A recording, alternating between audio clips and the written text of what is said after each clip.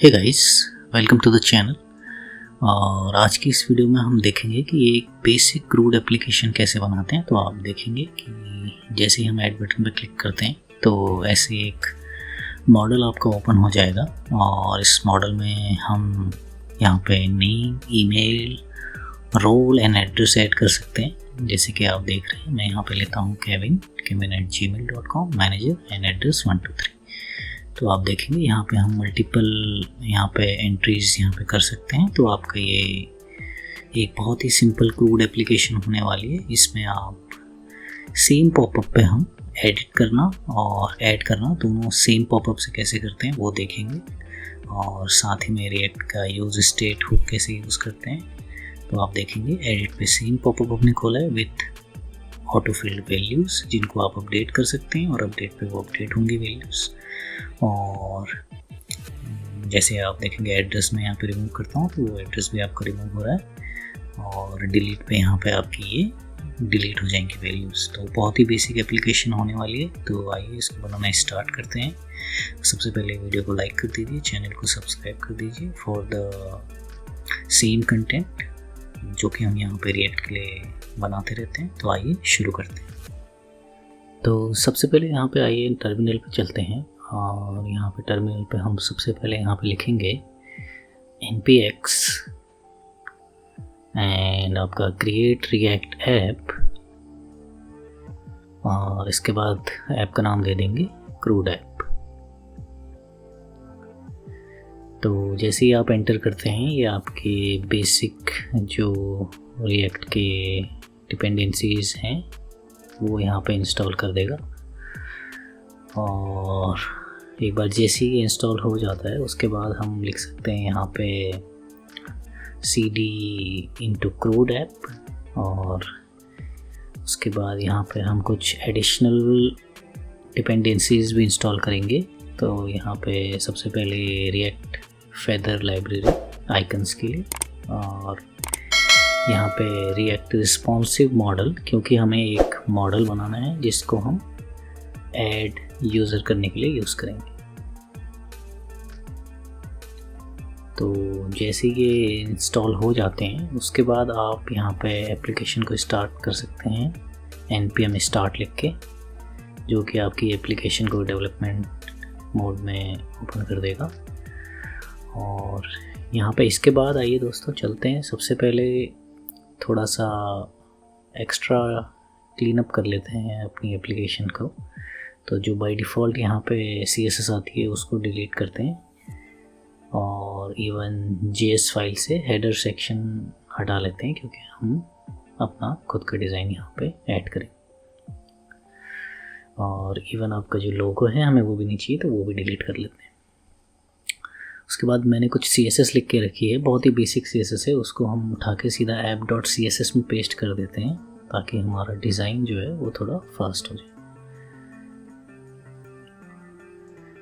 तो इसके बाद आप इसको क्लोज कर सकते हैं, और आप देखेंगे बहुत ही बेसिक CSS है। कुछ फॉन्ट्स यहाँ पे इंपोर्ट किए हैं, इंटर फॉन्ट हम यहाँ पे यूज़ कर रहे हैं, तो इंटर फॉन्ट इंपोर्ट किया हुआ है, और कुछ बटन एंड टेबल की बेसिक CSS यहाँ पे लिखी हुई है।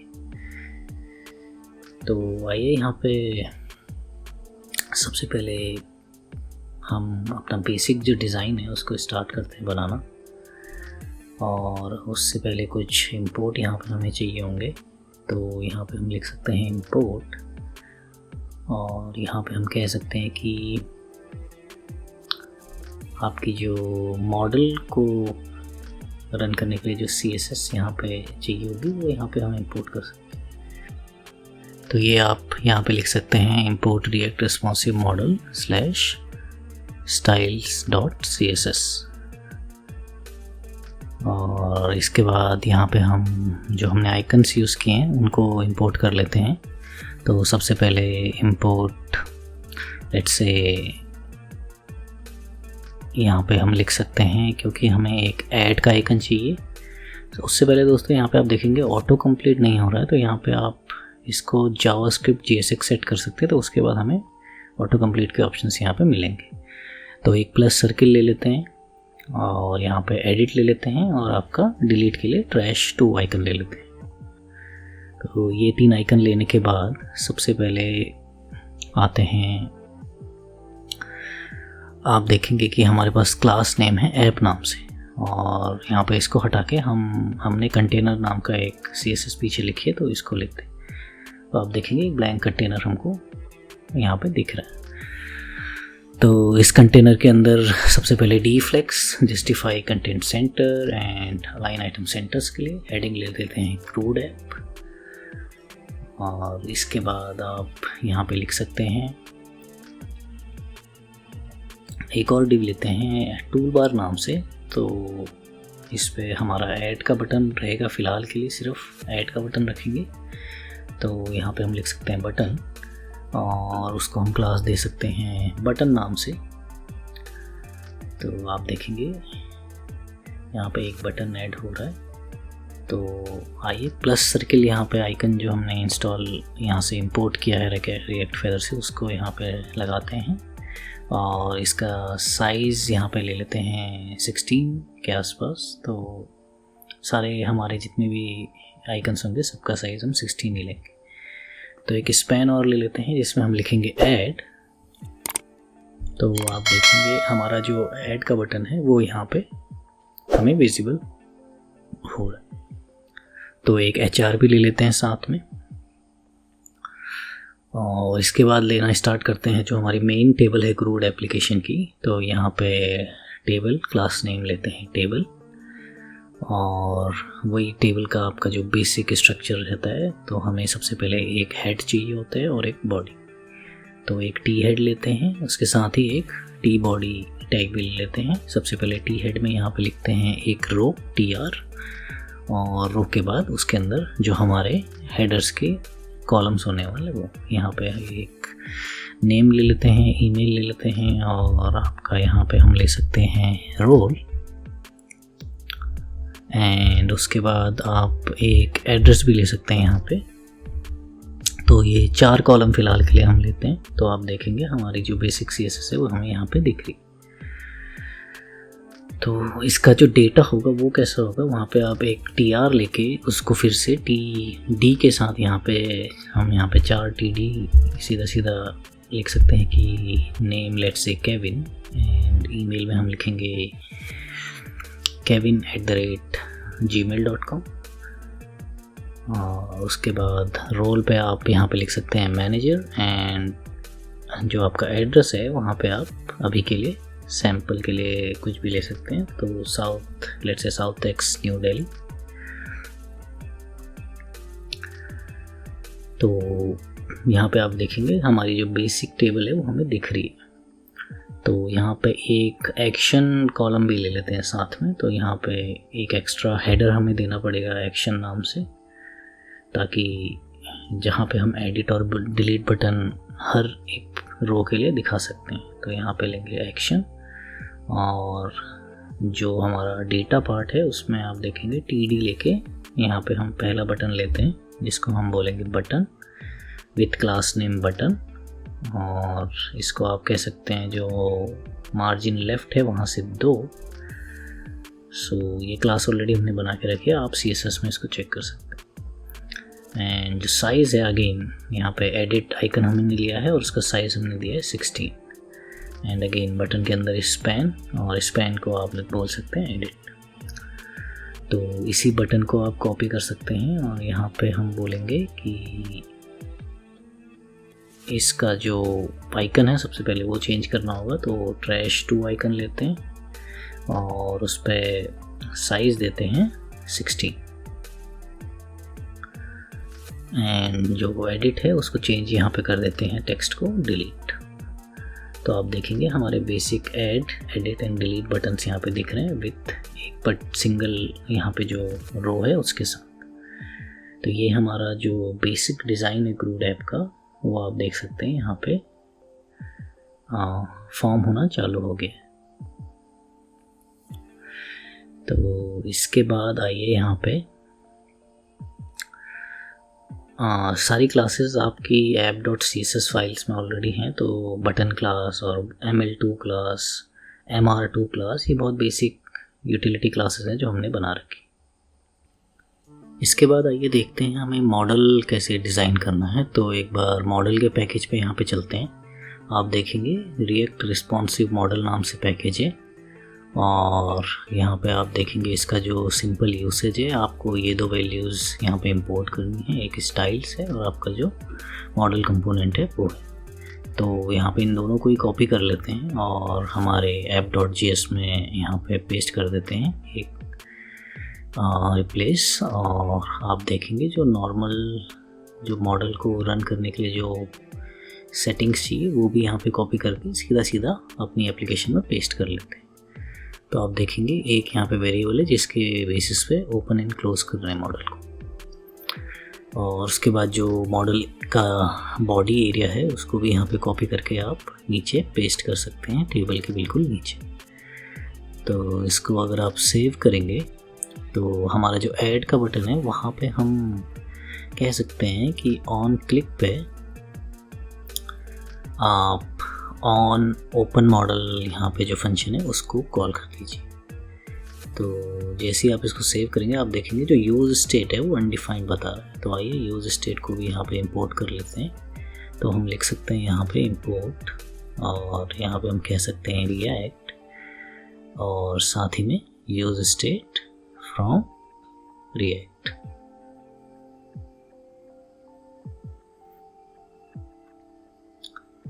तो ये करने के बाद अगर आप सेव करेंगे तो आप देखेंगे ऐड क्लिक पे हमारा बेसिक मॉडल जो होता है वो ओपन हो रहा है। तो इसके बाद हम आइए मॉडल के अंदर जो हमें एक सिंपल फॉर्म चाहिए उसको डिज़ाइन करना स्टार्ट करते हैं।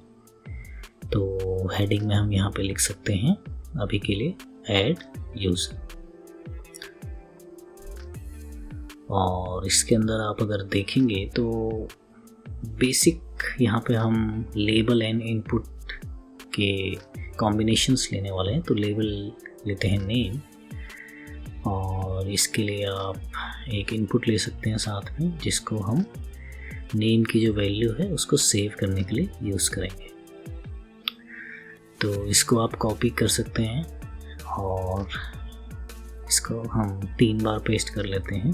तो यहाँ पे आप बोल सकते हैं ईमेल, और यहाँ पे आप बोल सकते हैं रोल, और लास्ट में हमारा एड्रेस। तो ये सारे आइटम यहाँ पे ऐड करने के बाद जो लास्ट एरिया है उसको हम कह सकते हैं हमें एड्रेस के लिए टेक्स्ट एरिया चाहिए। तो यहाँ पे आप लिख सकते हैं text area with name address, और इसको अगर आप यहाँ पे जो है सेव करेंगे और इसको ओपन करेंगे तो आप देखेंगे अभी के लिए इस पर कोई भी CSS ऐड नहीं हुई। तो उसके लिए हमें क्या करना है, सिंपल एक इस पूरे फॉर्म को एक सिंगल डिव के अंदर हम ले लेंगे। तो यहाँ पे हम हेडिंग 2 के बाद यहाँ पे लिख सकते हैं डिव, और उसको हम क्लास दे सकते हैं फॉर्म नाम से। तो जैसे ही ये फॉर्म के अंदर आती है क्लास के अंदर, तो बाकी सारे CSS हमारी CSS फाइल में हमने लिख रखा है कि फॉर्म के अंदर जो लेबल और जो इनपुट है उनकी विड्थ एंड हाइट क्या होगी। तो आप देखेंगे बेसिक हमारा यहाँ पे फॉर्म बन के ऑलमोस्ट रेडी है। यहाँ पे एक बटन ले लेते हैं जिसको हम कहेंगे कि सबमिट बटन, और इसको आप क्लास नेम दे सकते हैं फिर से बटन, और आप सेव करके देखेंगे तो सबमिट बटन भी हमें यहाँ पे दिख रहा है। तो ये हमारे जो फॉर्म का जो डिज़ाइन है वो बन के यहाँ पे रेडी है। रोज़ को आप कम कर सकते हैं, यहाँ पे 10 की जगह हम 4 करते हैं तो हमारा जो टेक्स्ट एरिया वो यहाँ पे छोटा हो जाए। इसके बाद आइए जो यहाँ पे मेन सेटअप है हमारा, अब जो वैल्यूज़ हैं उन्हें हमें सेव करना होगा। तो यूज़ स्टेट का हम यहाँ पे यूज़ करेंगे। तो अभी जो एक ये ओपन वेरिएबल हमने ले रखा है इसी को हम कॉपी कर लेते हैं, और सबसे पहले हमें फॉर्म के अंदर जो हम वैल्यूज़ फिल कर रहे हैं उन्हें सेव करना। तो उसे हम एक यूज़र वेरिएबल में सेव करेंगे जिसको हम बोलेंगे यूज़र सेट यूज़र, और इनिशियलाइज कर देंगे ब्लैंक वैल्यू से।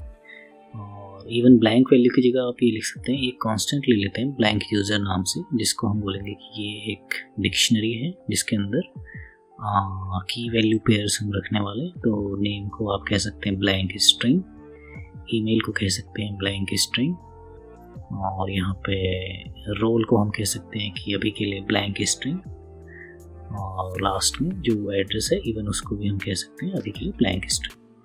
तो ये जो वेरिएबल है ब्लैंक यूज़र नाम का, इसको जब भी हमें यूज़र को रीसेट करना है या फिर उसकी डिफ़ॉल्ट वैल्यू चाहिए वहाँ पे इसको ऐड कर देंगे। तो इनिशियलाइज में भी इसी को पास कर सकते हैं, और जब हम यूज़र की डिटेल ऐड कर लेंगे तब भी आप इसको पास कर सकते हैं।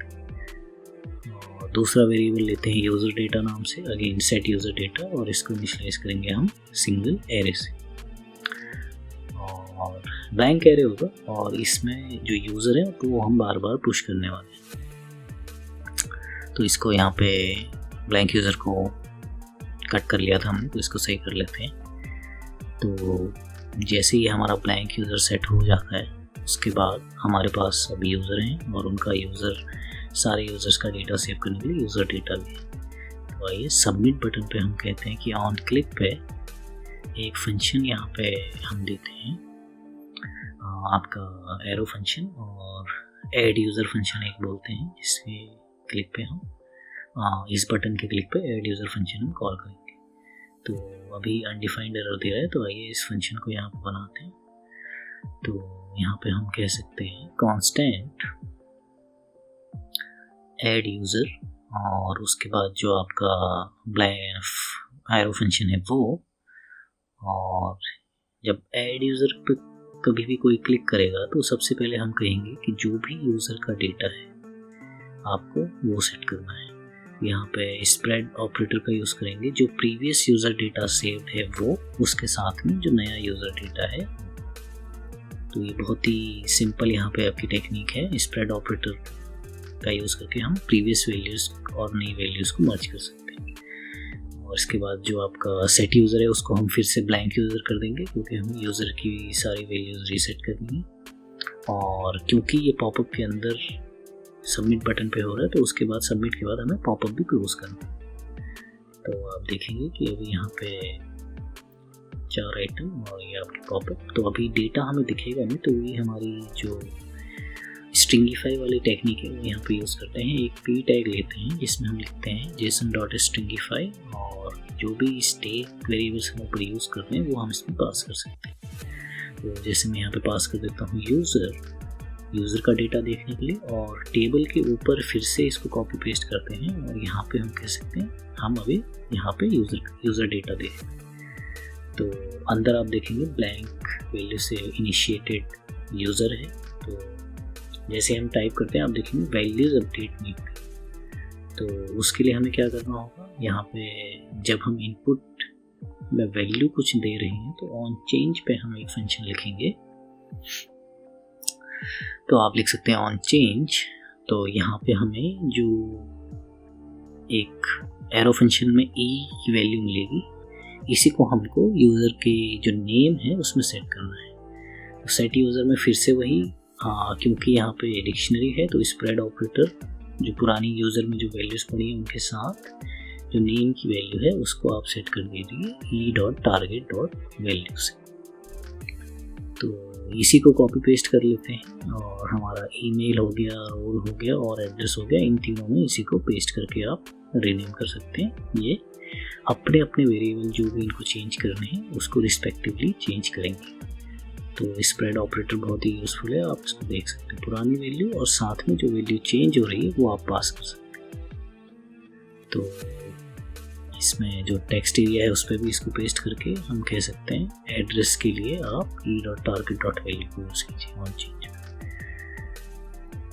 तो इसको सेव करते हैं और आइए अब एक बार फिर से ट्राई करते हैं। तो जैसे ही आप अब यहाँ पे वैल्यूज़ को एंटर करना चालू करेंगे आप स्ट्रिंगीफाई वाले एरिया में देखेंगे वैल्यूज़ अपडेट हो रही। तो इसका मतलब हमारी स्टेट जो है यूज़र स्टेट वो यहाँ पे अपडेट हो रही। तो आप देखेंगे kevin@gmail.com, मैनेजर एंड एड्रेस, चारों आइटम हमको यहाँ पे दिख रहे हैं। तो जैसे ही आप सबमिट करते हैं तो आप देखेंगे इवन हमारा जो यूज़र डेटा है उस एरे में भी एक सिंगल वैल्यू यहाँ पे पुश होगी। और उसके लिए हमने, क्योंकि सबमिट पे हमने जो ऐड यूज़र फंक्शन लिखा है उस पर हमने यही लिखा है कि जैसे ही यहाँ से कोई पुश करता है आपका यूज़र डेटा में वो वैल्यू सेट कर देनी है पुराने यूज़र डेटा के साथ। तो यहाँ पे ये जो ऐड यूज़र वाला कंपोनेंट है हमारा, ये वाला फंक्शन यहाँ पे डन हो गया है। उसके बाद आइए इस एडिट बटन को यहाँ पे अब बनाना स्टार्ट करते हैं। तो एडिट बटन के लिए हमें, क्योंकि हमारे एरे के अंदर यहाँ पे यूज़र्स हैं, तो हमें कुछ वेरिएबल लेने पड़ेंगे। तो यहाँ पे पहला वेरिएबल लेते हैं एक्शन। इसको हम ले रहे हैं क्योंकि इससे हमें आपका क्या एक्शन परफॉर्म हो रहा है वो हम इससे डिफाइन करेंगे। ऐड कर रहे हैं कि एडिट कर रहे हैं, क्योंकि हम सेम पॉपअप यूज़ करने वाले हैं इवन एडिट के लिए, तो हमें एक इंडेक्स की वैल्यू भी यहाँ पे परसिस्ट करनी पड़ेगी। तो यहाँ पे एक और कांस्टेंट ले सकते हैं, edit index and set edit index. इसकी जो इनिशियल वैल्यू है उसको इनिशिएट करते हैं नल से। ये दो वेरिएबल हमने लिए हैं, एक एक्शन के लिए और एक इंडेक्स के लिए। तो अब आप देखेंगे कि जब एडिट बटन पे कोई क्लिक करता है तो इंडेक्स के थ्रू हम बोलेंगे कि कौन से यूज़र डेटा में से कौन से यूज़र को हम यहाँ पे एडिट करने की कोशिश करें। तो यहाँ पे आप देखेंगे ऑन क्लिक पे हम एक फंक्शन, एरो फंक्शन लिखेंगे जिसमें हम बोलेंगे लेट्स से एडिट यूज़र। ये अभी के लिए फंक्शन का नाम है। और यहाँ पे एडिट यूज़र के साथ साथ हम यहाँ पे इंडेक्स भी पास कर सकते हैं। इंडेक्स के लिए अभी देखते हैं, एक बार आप ये फंक्शन बना लेते हैं, edit user const edit user equal to fat arrow function. यहाँ पे इसको आप देखेंगे कि जो यूज़र डेटा है उसके अंदर लेट्स से वैल्यूज़ जो हैं ये टीडी एरिया पे, यहाँ पे आइए ट्राई करते हैं इसको। पहले एक बार वैल्यूज़ को देखना, उसके बाद इसके इंडेक्स की बात। तो लिखते हैं कि यूज़र डेटा का लेंथ अगर ग्रेटर देन 0 है और आपका जो यूज़र डेटा है उस पर हमें मैप चलाना है। और एरो फंक्शन लेके, एरो फंक्शन में जो फर्स्ट वैल्यू है वो यूज़र डेटा के यूज़र की पहली वैल्यू होगी और साथ ही में उसका इंडेक्स। तो उसके बाद इस पूरे TR को हम इस रो को इस मैप के अंदर हम पेस्ट कर देंगे। तो हमारा जो है वो हर यूज़र के लिए ये एरिया रिपीट होगा। ठीक है, तो क्योंकि यहाँ पे मैप फंक्शन यूज़ किया तो यहाँ पे रिटर्न करना ज़रूरी है। तो रिटर्न लगा के आप इसको ब्रैकेट्स के अंदर इस एरिया को दे सकते हैं। तो मैप के बाद ये जैसे ही ये एरिया रिटर्न होगा तो आपका जो है, आप देखेंगे कि हमारा जो स्टैटिक एरिया था वो यहाँ पे ब्लैंक हो गया, क्योंकि अभी यूज़र डेटा की जो लेंथ है वो अभी इक्वल टू 0 है। तो उसकी लेंथ जो है जैसे ही हम ऐड करते रहेंगे वो आपका उस एरे में पुश होता रहेगा। तो आइए यहाँ पे कुछ स्टैटिक वैल्यूज़ जो हैं हम ऐड कर लेते हैं। लेट्स से kevin@gmail.com और रोल यहाँ पे बोलते हैं मैनेजर एंड एड्रेस बोलते हैं एड्रेस। तो जैसे ही आप सबमिट करेंगे आप देखेंगे हमारा स्टैटिक एरिया अभी फिर से दिख रहा है। तो ये अभी डायनेमिक नहीं है, तो इसको आइए डायनेमिक करते हैं। कर्ली ब्रेस लेके हम लिखते हैं यूज़र.नेम और आप कह सकते हैं अगेन कर्ली ब्रेस लेके यूज़र.ईमेल। तो मैप के अंदर जो पहला वेरिएबल है वो हमारी सारी मैप्ड वैल्यूज़ की जो अकरेंसेस हैं उनको होल्ड करता है और इंडेक्स आपका उसका इंडेक्स बताता है। तो यूज़र.रोल और लास्ट में आपका जो यूज़र का जो एड्रेस है।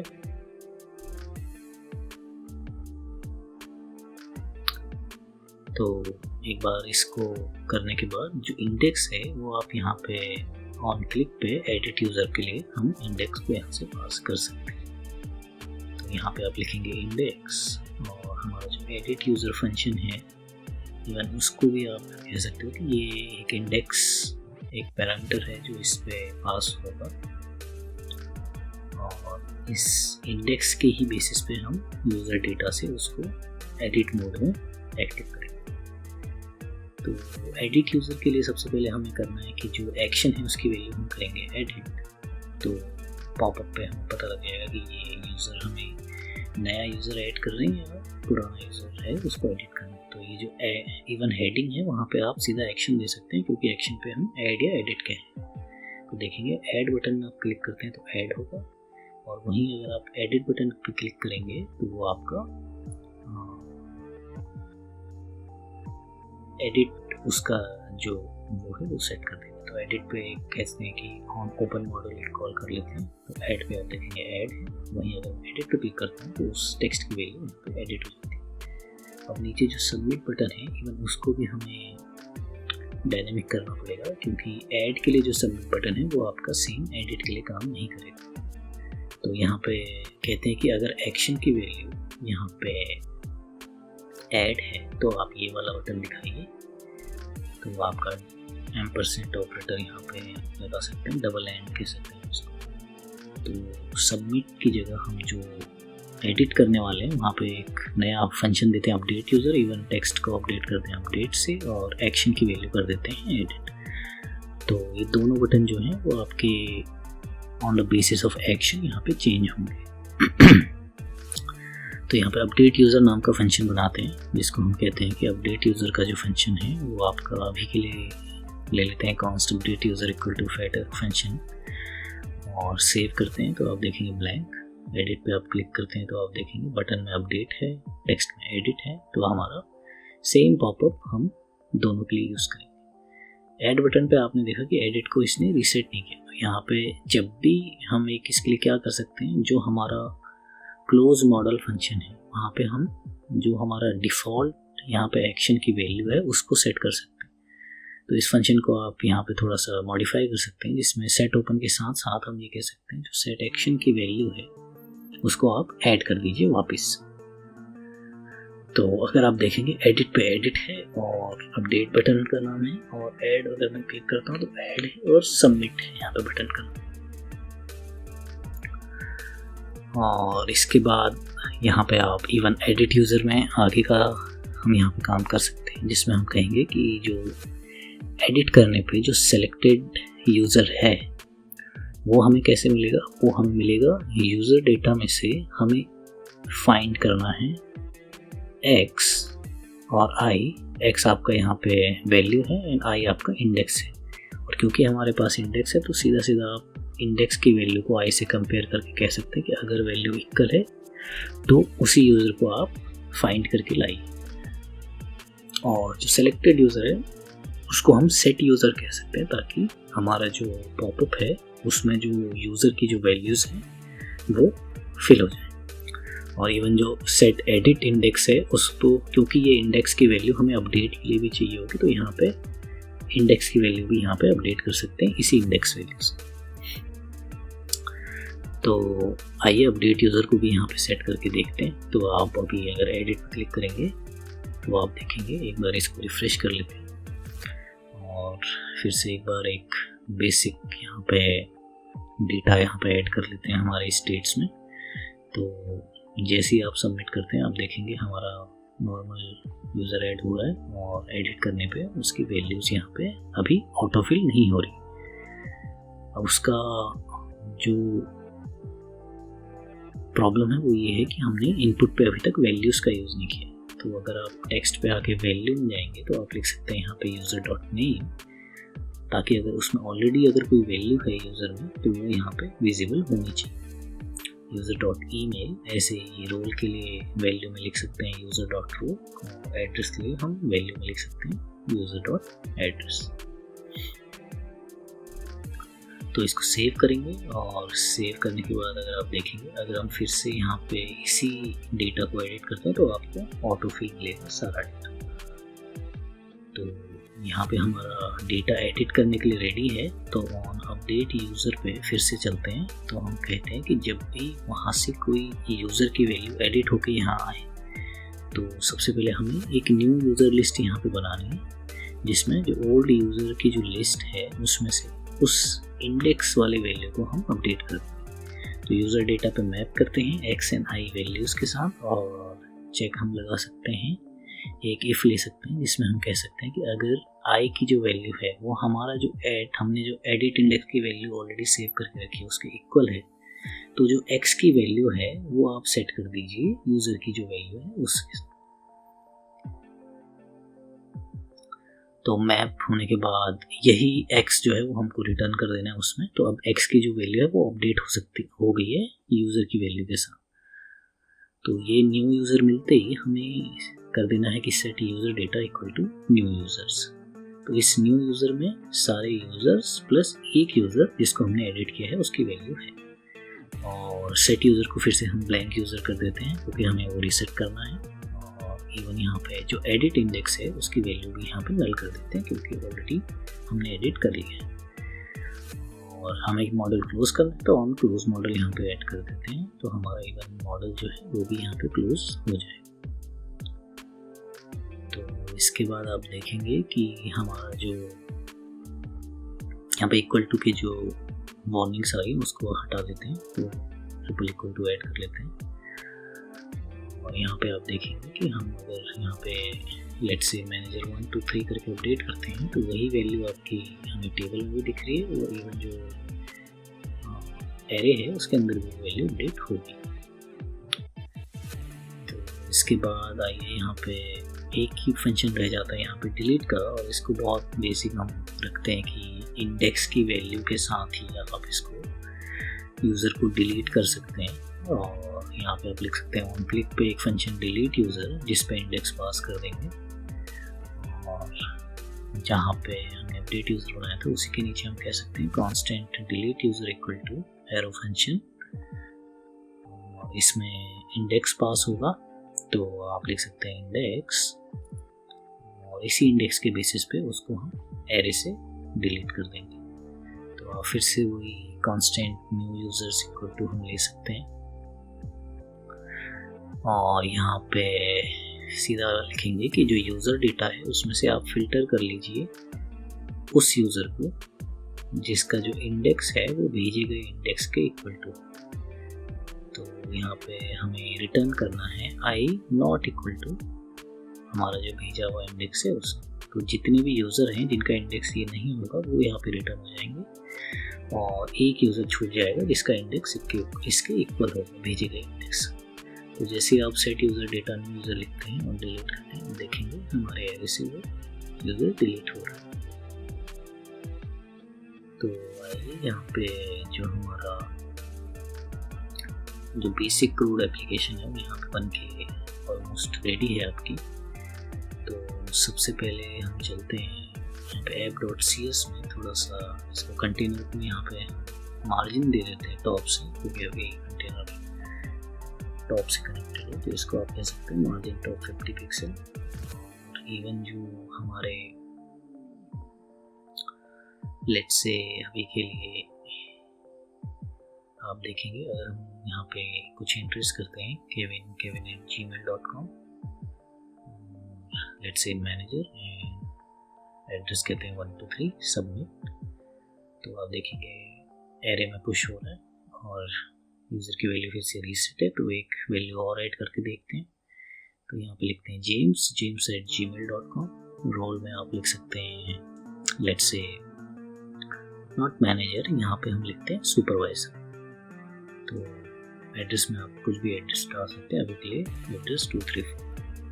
तो आप देखेंगे वैल्यूज रिपीट हो रही हैं प्रॉपरली, हमारे पास एडिट पड़ी हुई है। तो यहाँ पे एक वैल्यू एडिट कर सकते देखते हैं, एड्रेस को हटाते हैं तो आप देखेंगे एड्रेस प्रॉपरली यहाँ पे अपडेट हो रहा है। इवन उसको हम डिलीट करके देख सकते हैं, तो ये इवन डिलीट भी प्रॉपरली यहाँ पे वैल्यूज हो रही है।